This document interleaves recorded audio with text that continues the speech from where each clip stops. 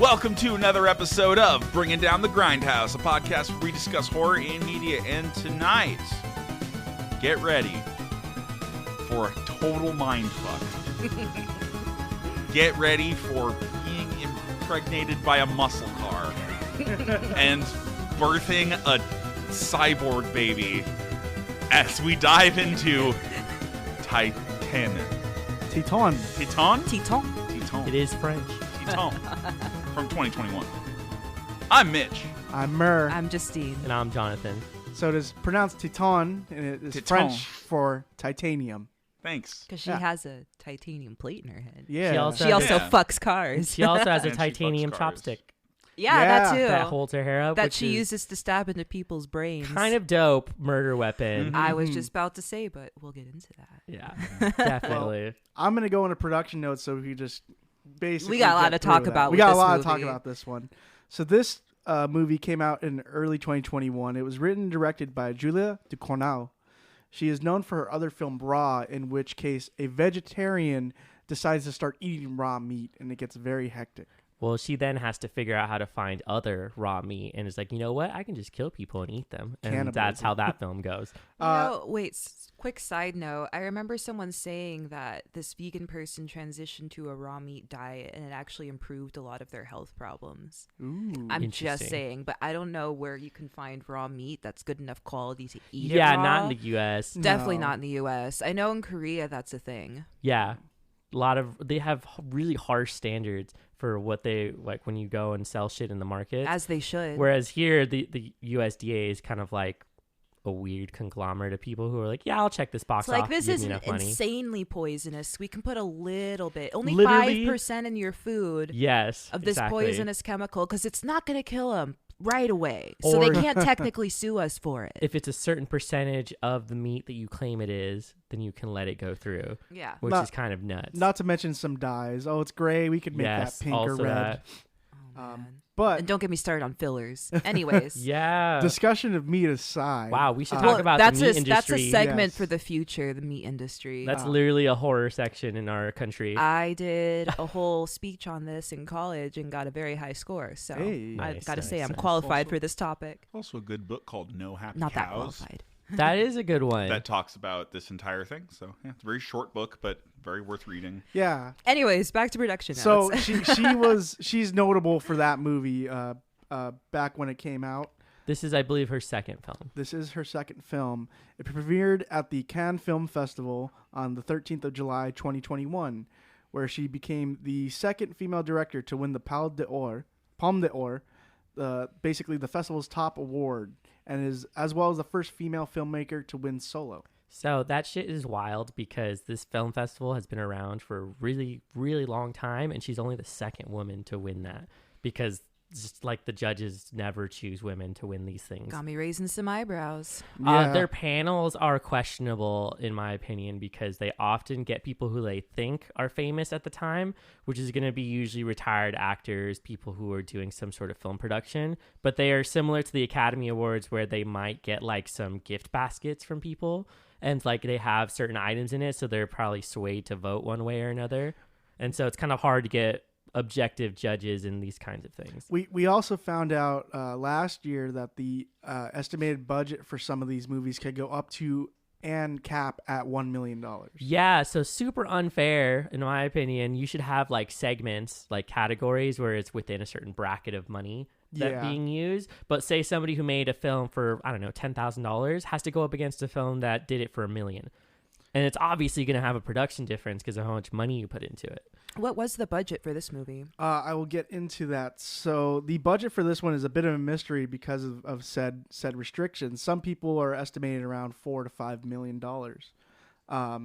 But they covered that up, obviously, so they could get into the festival. Yeah, they often will make it very unclear so that when they go and check, there's no one who officially checks. They do a very light check. it's also that thing where it's like, you probably spend, I don't know, $200 to rent equipment, and that equipment itself is several thousands of dollars. Because I was about to say, of the way that this movie looks, I don't see it possible for them to do it on just $1 million budget. No, yeah, it looks very high quality.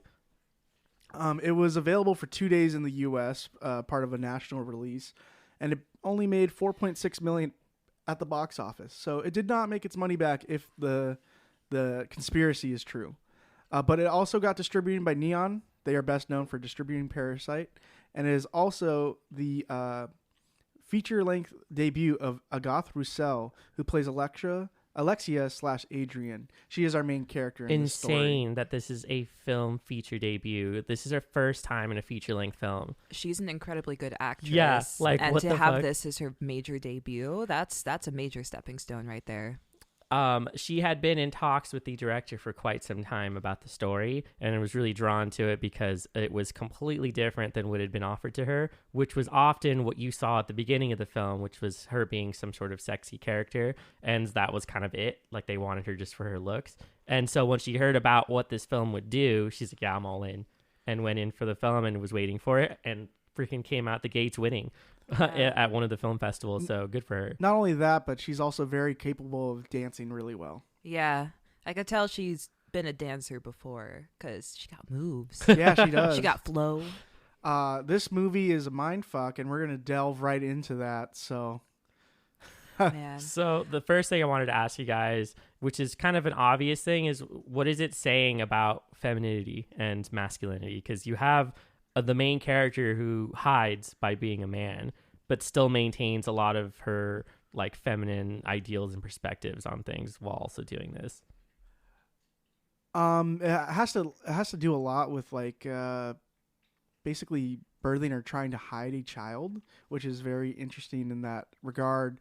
Basically putting on this persona of a man so she's able to be not seen and not caught by the cops is an interesting take.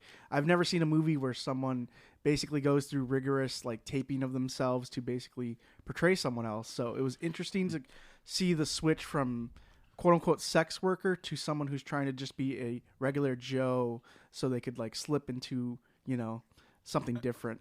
I wonder if it's trying to say something about like escaping femininity, like if it's even possible, sort of thing, without you know, I mean, can you actually escape being perceived that way? Because even in the movie, there are like some of the firefighters treat her weirdly, even though she's like, you know, supposed to be a guy at the time. And it's like incognito. Some of them do, some of them don't. The way I took it was that she obviously didn't like her experience working as a dancer for this. Like, it's basically like the beginning is the literal representation of most of the industry and what happens to women when they work in these kinds of situations, which is that they're only there because of their looks and their body. And I think the director kind of turned that around and made the movie, to start, it was like, this is the male gaze, right? Like, this is made for men to watch and enjoy.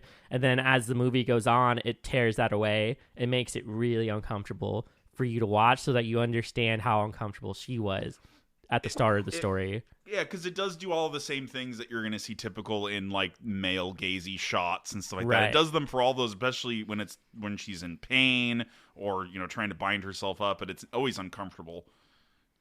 So the way I saw this movie might be a little different, because I don't necessarily know if the director was even trying to portray any significant messages throughout this movie. True.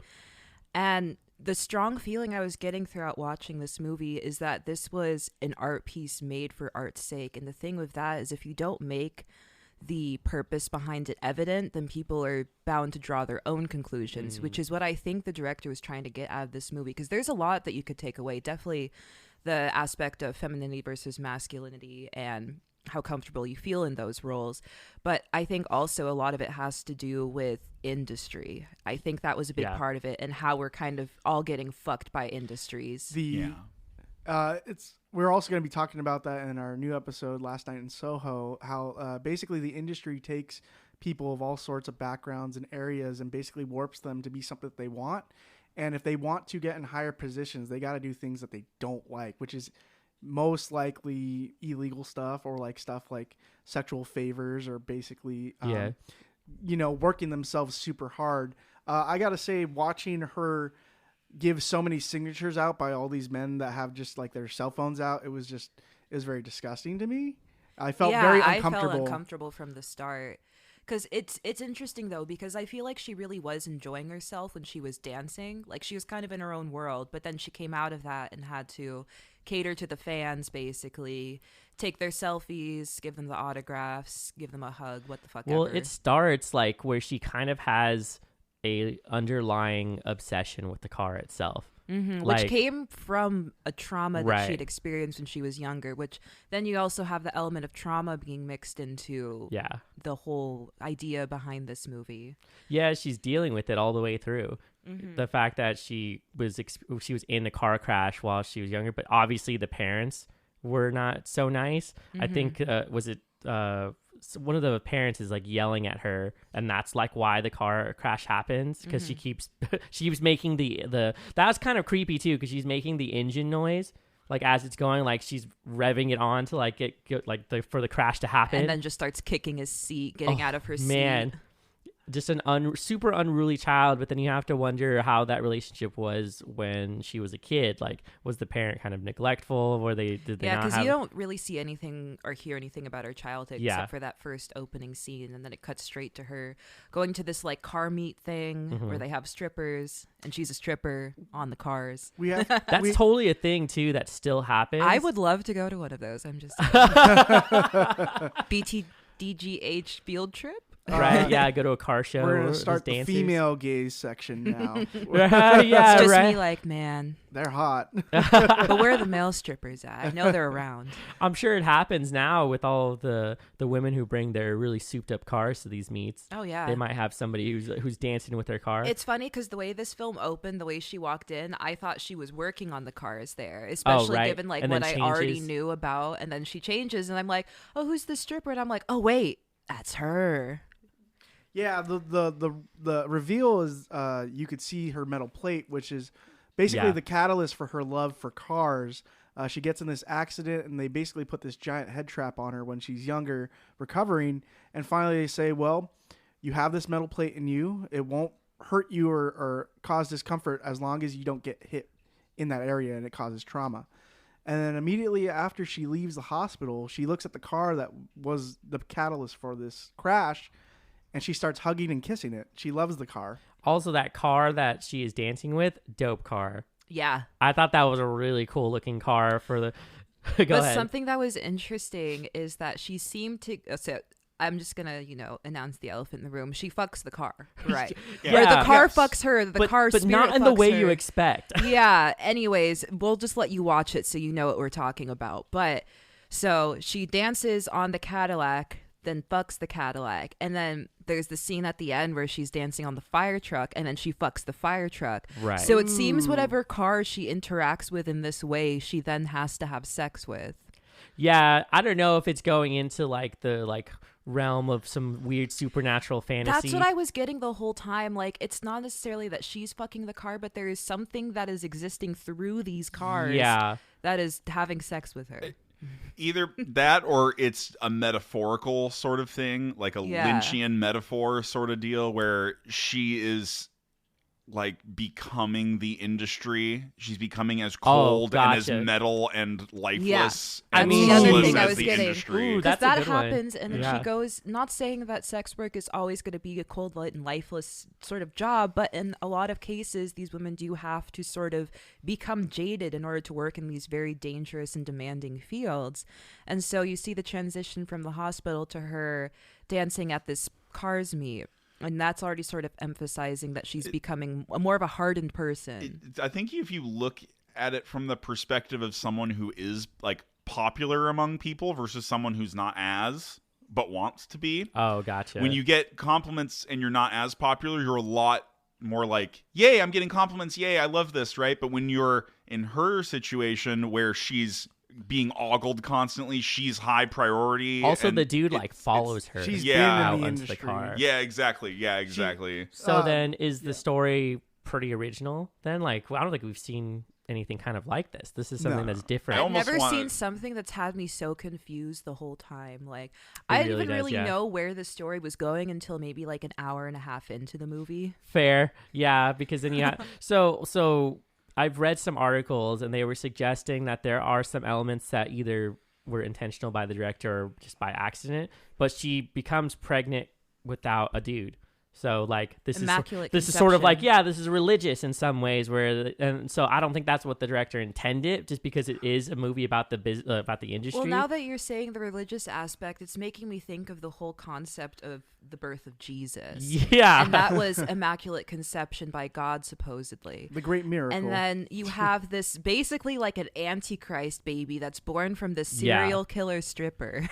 so that's another And thing a car too. demon She lord. becomes a serial killer in the movie. So like the first kill, justifiable. We Oh, talked about absolutely. this. No, she's definitely done that before. We But don't actually also- know how many but people she's also- killed, but she was so prepared to kill that first guy. She She knew how to done that do before. it, like with the chopsticks. She like stuck it in his ear and like got it into his brain.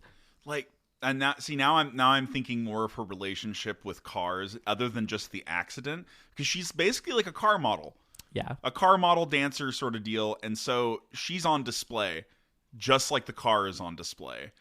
So she vibes with the car because her and the car are in the same Oh, position, man. both objectified by everyone that watches them. Yeah. And then she's like, "Oh, we get along. I get along with this car right here. So I guess been talking I know to the this car car for a bit." does not demand New anything kind from of me. fetish. This car does not look at me a certain way. This car doesn't objectify me. I vibe with this car. You could also argue for the second half that in the metaphorical sense that you're saying that fire trucks are used by men.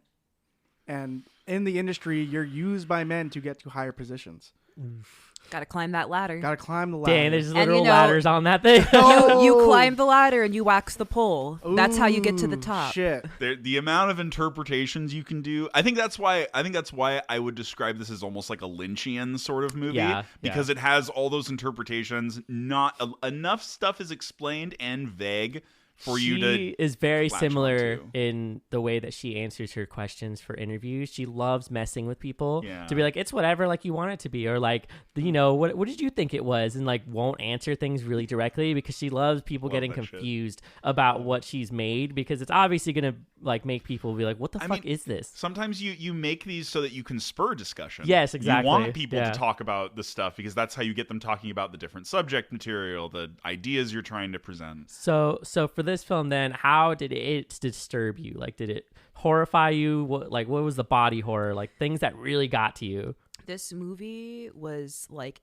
engrossing is the word I can say Yeah. to describe Oh, yeah, it this, sucks you in. because it was so interesting and I was like encapsulated by it, but at the same time the body horror elements of it were so unique, not really something I'd seen before. I didn't really know how to handle it. Like seeing somebody give themselves or try to give themselves an abortion with the fucking titanium chopstick. Oh, That I could not watch. that was really rough to watch. Holy shit. And it's these kind of things that make the movie so out there, because you don't really see horror like this. Yeah. No. These sort of realms, especially when it comes to feminine body horror, are very rarely delved into. Yeah. But if they are, it's in a certain sense. To be honest, most of the ones that have gotten really extreme have been from female directors who want people to see stuff like this. Well, because who knows the feminine perspective Exactly. better than someone who is Dealing with possessing that. female parts? Yeah. And that's how I can tell that this film was directed by a woman and not a man, because a man would have gone a completely different route if he was trying to show feminine horror. Yeah, that's fair. They often will do films that are like, they'll do like a revenge kind of thing where they'll just flip the tables and the girl kills men and that's it. And it's typically like some sort of rape revenge kind of thing. Also that, yeah, there's usually some sort of catalyst which includes the violation of their body, which is that. But in this case, she gets impregnated, but there's no men. So like, as far as I know, in the film, there's no sexual interactions with any men. She tries the relationship with the girl, but then it gets really aggressive, and she murders her and all the people who live in that house. So it's like you don't know how to feel about these relationships. Go ahead. I was gonna say it like that scene, like definitely the scene where she just goes through and starts killing everyone in the house. Without the background, I have a lot of difficulty sympathizing for her situation, because it's just like after that. Yeah, like because so the dude that like comes on to her when she's just trying to leave, absolutely understand axing him. Yeah. Don't have a problem with that Yeah. whatsoever. I don't have an issue with this. But afterwards, I'm just like, none of the people there Yeah. asked for this. Like the dude upstairs. Yeah, What? holy shit. That just I wants his couldn't job. watch that part because I I was knew so what was gonna happen, sad. and he was just like, "Hey, is the bathroom like somebody in there?" He's like Yeah. completely nude. He's like Yeah. covering Holding his himself. junk, just like He's hey. like very vulnerable. Mhm. Yeah. Yes. And it's got this weird dark humor to it too. God, 'cause she's like, how many people live here? How many people live here? And I'm like, Gotta say, it was very disturbing to have somebody killed with a stool. yeah. And then she just Stuff sits like on that. it. And then just sits on it with it like in their head. You're like, oh, all right, damn. I got to give props to the Foley artist for the sound effects. for this True. movie. God. Good guava and papaya killing. Yeah, nice job. Good So job. then what did you guys think of the main actor? It's her film feature debut. Like, how do you even get to this level of acting for something like No, this? she did great. Like, it's insanely good. She did really good for playing a really like distressed person. Yeah. Her dance moves are really really good, so I believe that she's a dancer. Right, the backstory makes sense. Yeah, exactly. And then no, I think she did. She definitely played a disturbed person really well, and also someone who's trying to be hidden very well too. You know, I found that this actor could portray like just fear really well as just the encapsulating of something coming around. Like you could tell that she knows the cops are onto her, and you could see the fear and distress and the mad dash to change her appearance. Oh my god. That was a brutal moment. That was a right brutal there. breaks moment. her own nose on the Yeah. edge of the... That made me So- squeamish. Yeah. Everything else didn't, but the nose breaking did. I feel like we got to talk about what led up to that a little bit. Yeah. Yes. So basically, this woman is a serial killer. She uses her main weapon of choice, which is a titanium chopstick that she keeps in her hair. She basically hates the industry and hates the people that she works with, but she decides to go to a party with them. It looks kind of like a swingerish kind of party. Yeah. And this is right after she tries to rip out one of the girl's nipple rings out of her fucking boob, which I don't know if that's some symbolic thing, but I could see that she wanted the medal for sure. And she gets she just gets like aggressive, like really aggressive. It's crazy. I also love the Uncomfortable. fact that she wears the clothes of the chick that she killed right afterwards. Right. But I mean, anyways, she really does. kills everybody She in kills the everyone house. in this house. Goes back home and then sets her house on fire with her locks her parents in the bedroom, so Yeah. they're probably dead. Takes off and hitchhikes to who knows where, some train station or bus station or something. Yeah. And then obviously there's wanted posters out for her. Well, so I want to point out something. At her house where she lives with her parents, they do suggest that the dad has some weird relationship with her. Yeah. That could be either abusive or just neglectful because of what had happened to them when they were younger. But it's still really weird. Yeah, and he 'cause- stares at her really weirdly too because of what she's wearing. Well, in the beginning, so he's sort of like ignoring her in the back Yeah. seat, and she's doing everything to get his attention. Then there's another scene before all of the shit starts going down where she's just at home and trying to like make breakfast, and he comes in, doesn't even pay her any mind, and then you see her in the kitchen like trying obviously to get in his way and be in front of his face to get some sort of interaction from her. Nothing. Or sorry, from him. And he gives her nothing. So, yeah, there is that aspect that she's been completely neglected by this man in her life. Yeah. Also, this And then, is... sorry. Go ahead. But when she comes back from murdering everybody in that house, he's standing there in the window smoking a cigarette, and I almost feel like he knows Yeah, he knew. what she does, but he just chooses to accept it or not pay any mind to it because he just doesn't pay her any mind Oh. at all. So And then she lights him on So fire. then, could she have possibly been doing these things so that somebody would notice anything she was doing? But then it went the wrong way. I think it was more that she just had resentment for people in general Yeah, because she that's had never fair. had that human connection when she was younger, but she connected with this car. Yeah. Because she had the accident from the car, and all of a sudden she has all these people paying her attention, giving her work, Ooh, like dang. doing surgery on her. And so all of a sudden she loves this car because it gave her the attention that she's wanted. There is pretty recently, I'd say like in the last few years, doctors have come across this like psychosomatic illness where people will literally pretend like they're injured, they're paralyzed, or any one of these things, and Yeah. they think it's because this person wants attention from somebody, but they can't really solve it, right? Because you can't tell if someone's faking pain. Right. And so there's doctors who will like say that to some people and when they're actually experiencing it. So they've been studying it to figure out what it is and like did testing. And so there was somebody who was claiming they were paralyzed, like in a wheelchair, but they actually weren't. And it's because they wanted attention from other people. And so there's like interesting studies that have been done about that because it's crazy how these sort of need for things can create almost like a psychosis within the brain where definitely. things start to become disillusioned and not appear as they are. It's a great thing that you bring that up because the second half of the movie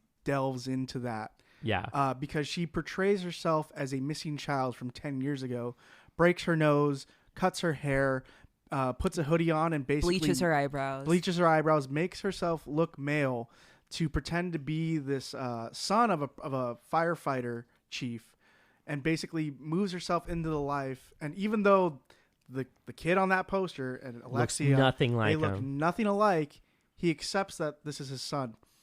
And because he's a broken, lonely man. He's a broken, lonely man. This is like, there's so much sympathy built for this character throughout the whole thing that you really don't want anything bad to happen to him. Yeah, so this guy who lost his child 10 years ago is this firefighter, and she ends up turning herself in as this missing child. He comes to pick her up, and I think he kind of knew at some point, like before it was even obvious that that wasn't his kid, but he was just so desperate to have a child that he was like, if you say you're my kid, you're my kid. Right. And, eventually he finds out who she actually is.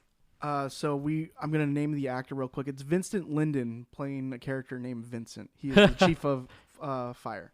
I also find it interesting that she killed her parents by fire, and then she eventually goes to a fire station. Right. Which basically could be like the burning of a bridge to start a new life, because she's very hesitant to open up and speak to her father, her new father. And she's basically trying to keep a down low perception of herself so she doesn't get caught by the cops. Right. But eventually learns to love this guy like a father because he keeps a roof over her head. He makes sure that she's well fed, and he doesn't ask questions. He doesn't try to pry too much, a little bit in the beginning, because he doesn't understand why they're quiet, why they have a titanium plate in their head. But the implication is there is, you are my son. I will care for you. Who cares what the other people think? All these people that I work with that think you're mute or crazy. You are my son, and they could fuck off. Good dad. That's Dad of the Year award. Right. For real. Yeah. So then the second part of the film really changes gears towards her just hanging out there and trying to hide from everybody else, and then forming this relationship with the father as the baby is growing. And it grows fast. Like, this is a couple days, maybe weeks. Yeah. Probably just a few weeks. Yeah, and so it's accelerated like really quickly, so fast that like the flesh is tearing away like from her stomach and just like parts or her side and everything. But while this is happening, she's having to deal with the fact that the father is also like a broken man, like you mentioned, because he lost his child. Didn't change anything about the room. Addicted to steroids Yeah. too, and is like trying to reclaim a lot of his like younger years by staying really strong. And so he just injects steroids straight into his ass, which becomes harder and harder for him to do. Yeah. And another thing is they showed multiple scenes of this man's muscular ass. He is Oh, buff. yeah. He's so buff. And this guy is actually in real life buff. Like, he does not do steroids in real life. So this is kind of nuts to see him that jacked in this movie. Okay, little tangent, but I have to appreciate all of the scenes with the firemen. Yes. Like, especially when they're just partying at the fire station. They're all getting man. shirtless and listening to like techno. This is And then positive masculinity. There's this really cool scene too where it was like slow motion playing this cool music. Yeah. Everyone's smoking cigarettes and just dancing. It was a very surreal shot, but it felt like you could see the camaraderie between these men right. within this area. And they're not even inviting other people. They're just partying with themselves, like all the dudes who work there. And they're trying to accept Alexia, who has now taken the persona of Adrienne, as they say. Adrienne. Dope name. I like that name. You know, some of those guys are actually very accepting of Yeah. the new person, and some aren't. We have one of the characters who's a firefighter He figured out who they were pretty quickly. who has a hunch, you know? Mm-hmm. He looks at the poster and he looks at Adrienne and he goes, "This is that chick." Well, he's also driven by some jealousy too, because he gets paid less attention after the child shows up, because he 'cause- probably was set up to be like his quote unquote like surrogate son. Yeah, or like I guess just really close assistant. Really close to the kinda fire what chief, they yeah. say. But then there's the second scene where they're all dancing and they're listening to that hardstyle techno, which is fucking Yep. dope. Just moshing in the fucking fire station. I have one problem with this scene, and it's because of the scene prior to it. They go out and they're doing fire things, and prior to that, they were even saving a woman and her son, doing CPR and stuff. And you could tell the jealousy is there. Yeah. Because he's like, I have to call dispatch. I'm not going to be doing CPR with you. They go out into the woods and they find a propane tank in a trailer. And Yep. the father hands it to him and says, "You're going to be taking care of this." The next scene is an explosion. The character dies. And Alexia or Adrienne is in the ambulance. And then the next scene is when they start partying. It felt really weird to have that kind of mood shift because Right. they lost someone. But I understand that it could also be an escapism thing. Well, that too, and then there's different ways that different cultures celebrate or remorse or remember death. Yeah. And we tend to have a very like Solemn, sad, melancholy aspect to death, which is fine, you know, if that's your jam. But a lot of other cultures will actually celebrate someone's death because it's, you know, their transition into something else, and you want to think of it as a good thing, not necessarily a bad thing. You want to celebrate their life. So I'm not saying that that's necessarily what they were doing. I don't know, but it is possible that that is simply the way that their culture celebrates death. Also, the dude who confronts Alexia also tells the fire chief, and the fire chief's like, "Don't ever talk about my son like that, like ever again." And then it's heavily implied that, of course, he's the one who killed him later on by handing him that, knowing how dangerous it is. And it was like, "Here you go," and then he dies shortly after.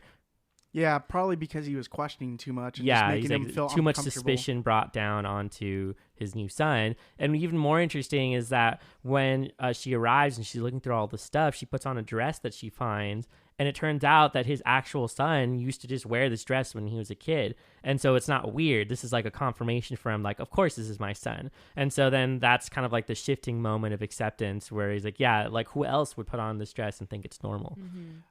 This entire time that this plot is unfolding, the body horror is getting worse and worse. They are basically taping their belly as well as their breasts to basically keep the identity low. They shave their head, they wear hats, they try to keep a low profile.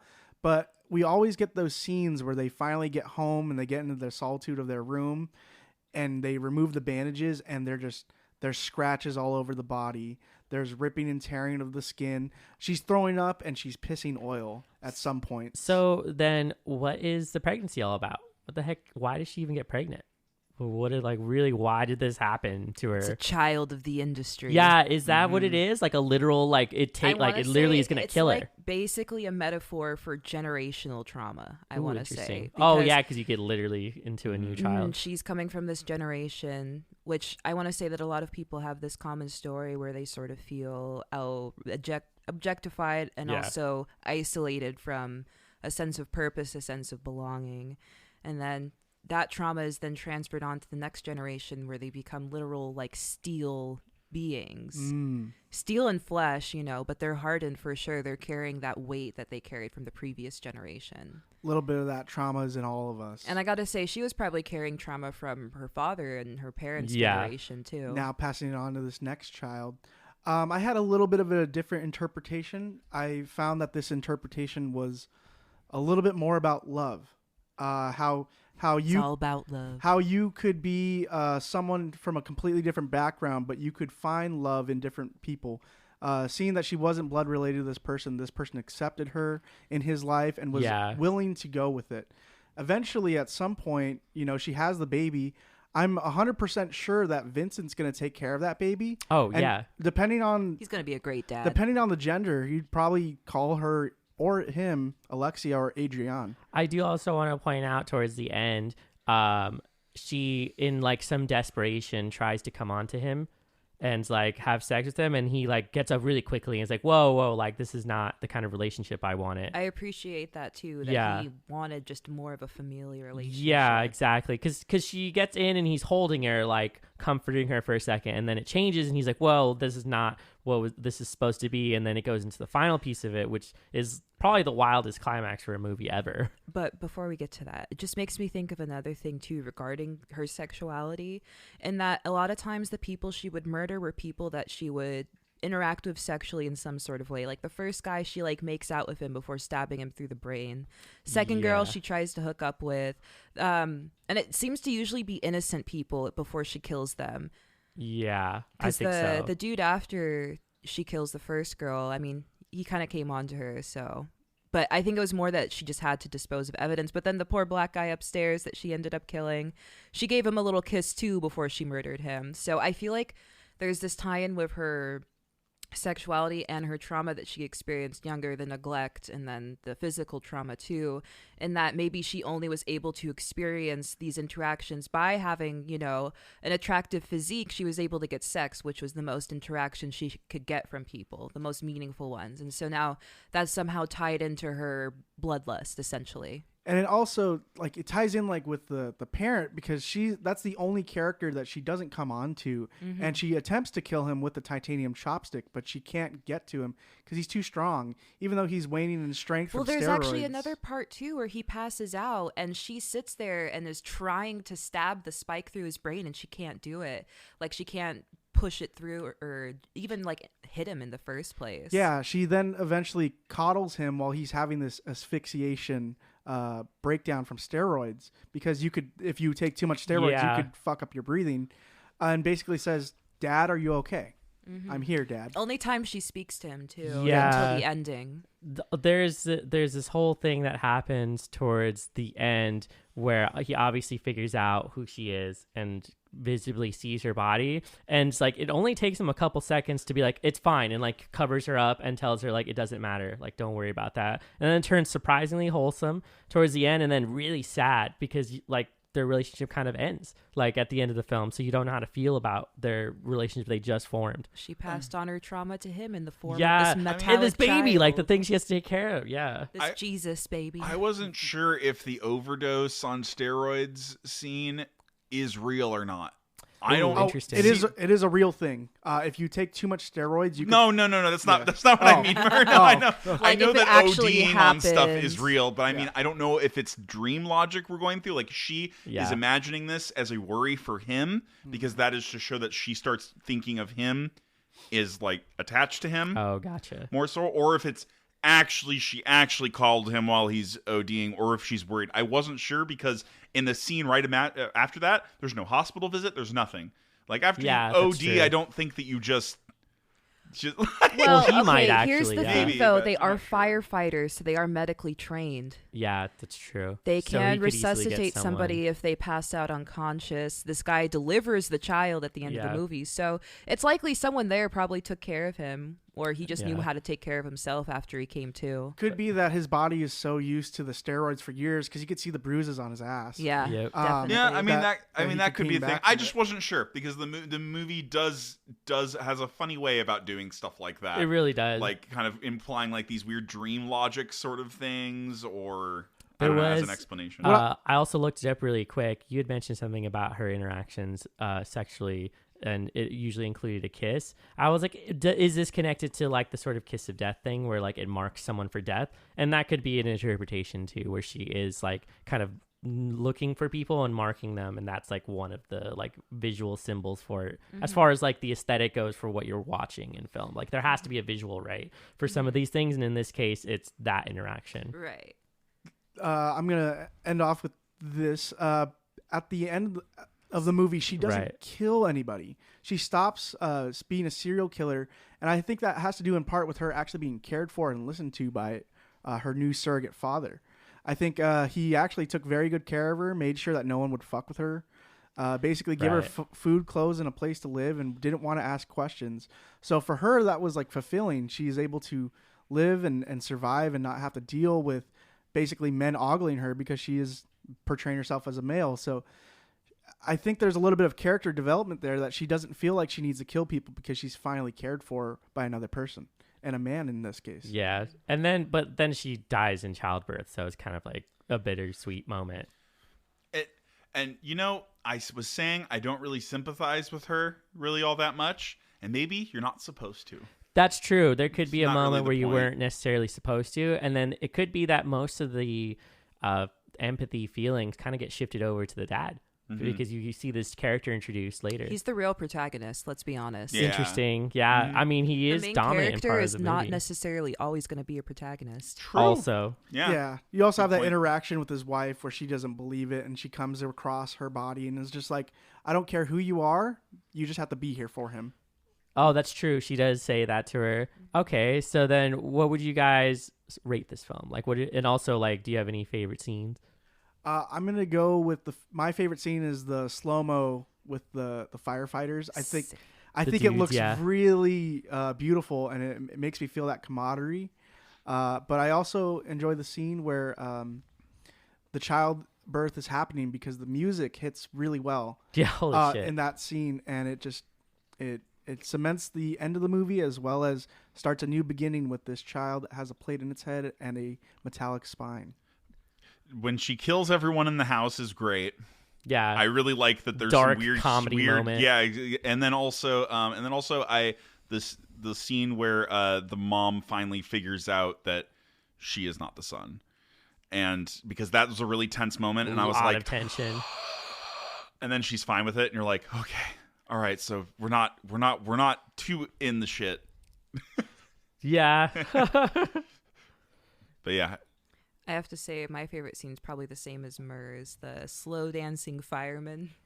The Oh, techno man. one's also good too. Honestly, both of the dancing scenes with the firemen, one because a bunch of muscular guys dancing with each other is so wholesome, but then also the scene where the chief of fire, he's trying to make Alexi more comfortable, and he starts dancing, and that was just so adorable and wholesome. He like puts on a record and is just like, Yeah, starts dancing. and then they just start fist fighting after that. You know what? And I think that was just a really interesting scene because he's really doing anything to get any sort of emotional reaction out of them, and eventually Right. gets it, And then there's the scene where she pulls out the chopstick and he's like, "What is this? Why don't you use your fists like a man?" And just did not give a fuck that they were like trying to kill him. And I don't know, it was weirdly wholesome to me. Like it was Yeah. probably one of my favorite moments out of the movie, just because I was like, there's a lot going on here. Yeah, it's like stacked with scenes where they have really believable interactions with each other, and then some that are just so outrageous, like when they do start to get into a fight.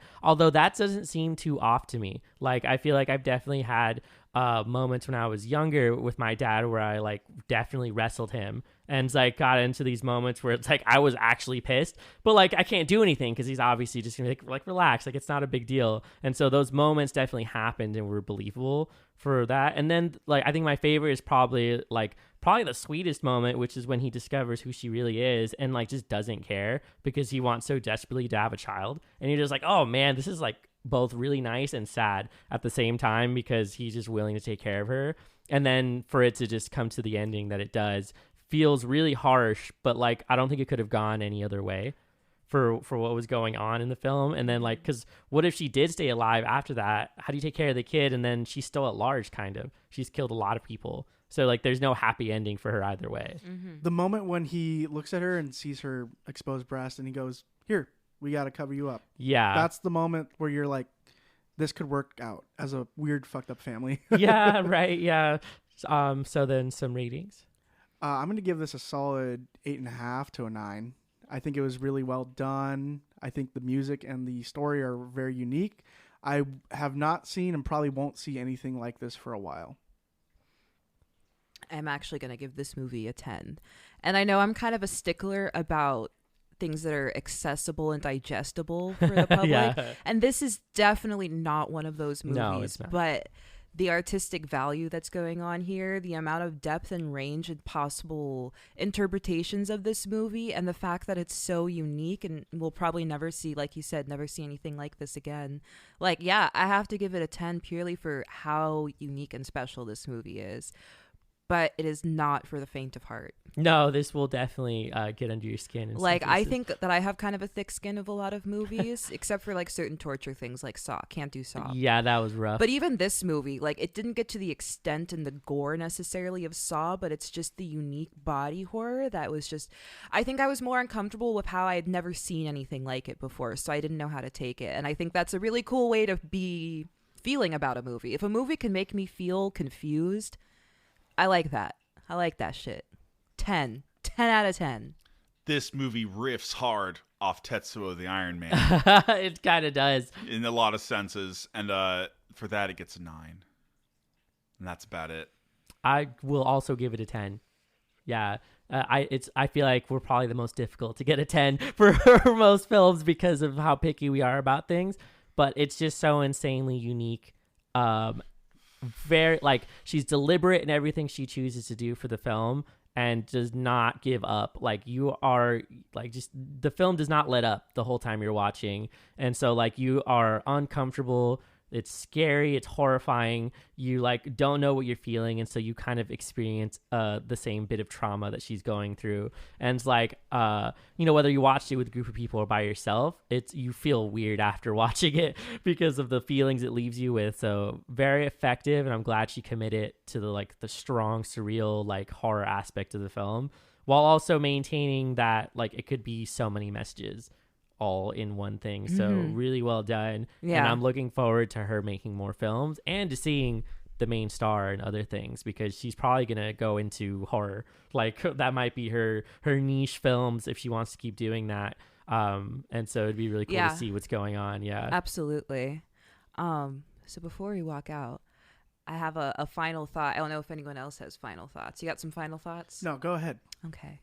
So my final thought with this movie is that typically when we see movies and things that are being made for commercial purposes, they're made for a very specific purpose. They're trying to deliver a very specific message.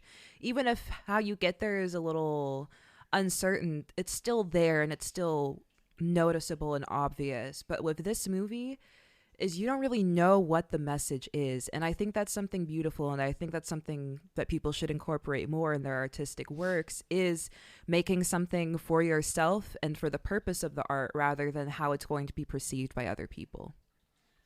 And I think this film did that very successfully by making something that is open to interpretation, which I think is the most beautiful kind of art, that you can draw so many conclusions from this film. it is very close to being art house, if not considered already within the realm of what's been created there. But usually that premise is a really good one to follow, where you just make stuff for yourself. I fully believe she made it just to make a story she's been wanting to make, and really didn't care. But then it resonated with a lot of people, which is why I got those awards. And I resonate with that process a lot, because when I'm oftentimes writing something, choreographing something, making something, I don't go in wanting to make something in particular. I rather get inspirations from things. And then when I'm finished with it and looking back on it, I start to notice things that could be connected and could be considered a plot or a purpose or intention. Even though I didn't plan it that way, I could still perceive it as such. But then you just have infinite possibilities of the ways that this could make somebody feel and how it could resonate with them. And I think that's something really special. When making art, you always have that little self-reflection that like could hurt, because there's sometimes you're like, this is absolutely awful, or this is obviously, I enjoy this, I think it might be good. And then the audience reaction to it, or whoever you're showing your art to, it's always going to be a different interpretation. So for me, I could be like, oh, I didn't like how the drums were mixed at 2 minutes and 3 seconds, and someone could go, I love how those drums were mixed, I think you did really good. So it really just depends. Maybe you're not trying to be perceived, maybe you're just trying to make something for yourself. You're just trying to exist, man. Yeah. I'm just trying to be. But yeah, that's my closing Well, then thought. go watch it. Highly recommend. Yeah, go watch it. Don't once. watch it on a full stomach. Don't watch it with your mother unless your yeah. mother's into that While shit. watching. Content warning. Literally content warning. Not safe for work. Hey. Not safe for there you work. go. Okay, well, it looks like we're ready to walk on. Oh yeah, out. let's walk out. You guys Yeah. got your boots? Got to get my flip flops on because I'm it's gonna, a little Sorry. I'm warm. gonna get my new cowboy hat Oh yeah, new cowboy Where are the hat. pit vipers at? and the pit vipers. They're Pit here. viper. Oh And the wait, flippy floppies. we're gonna do stuff.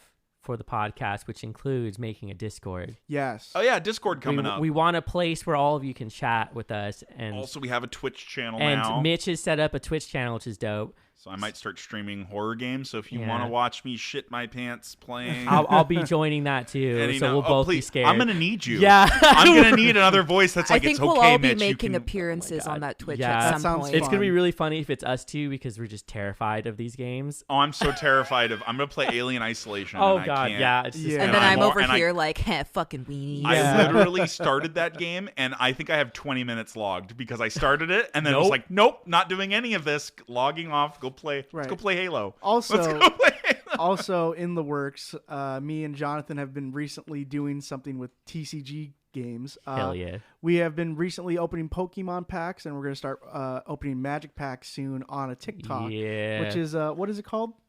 Squirrel Squad? Squirrel Squad 91. What's your birthday? 97. 97. So- We're so, that particular Squirtle Squad. It's not related to horror, but it is fun to see that because Yeah. people love to see openings. Also, we need to get a little bit into the realm of TikTok because we don't have any visuals for us at the moment. And as Yeah. I've been saying for the Nobody knows last who few we months, are. everything gets circulated on TikTok. It's true. A lot Yep. of stuff gets circulated on TikTok. So we're gonna figure out that stuff coming up this year.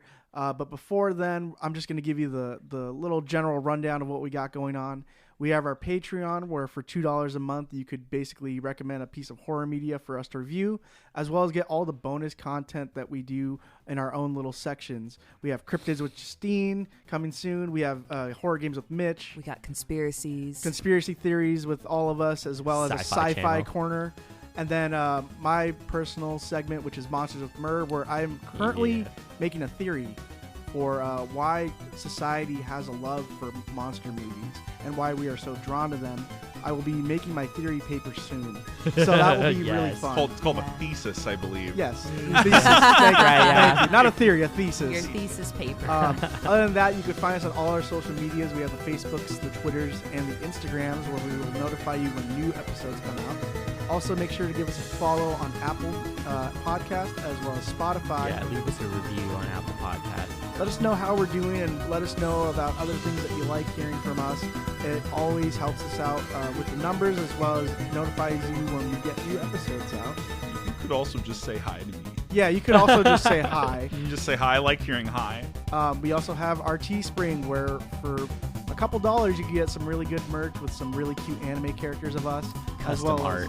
as customized things such as like mugs, glasses, cylinders, other things, stickers, you know, pretty good- Bricks. bricks, Supreme bricks, you know, Crowbar. crowbar, Yeah, our patented bricks are, yeah. Yeah. and our hats. So we'll sell you a crowbar. Don't break into people's houses with it.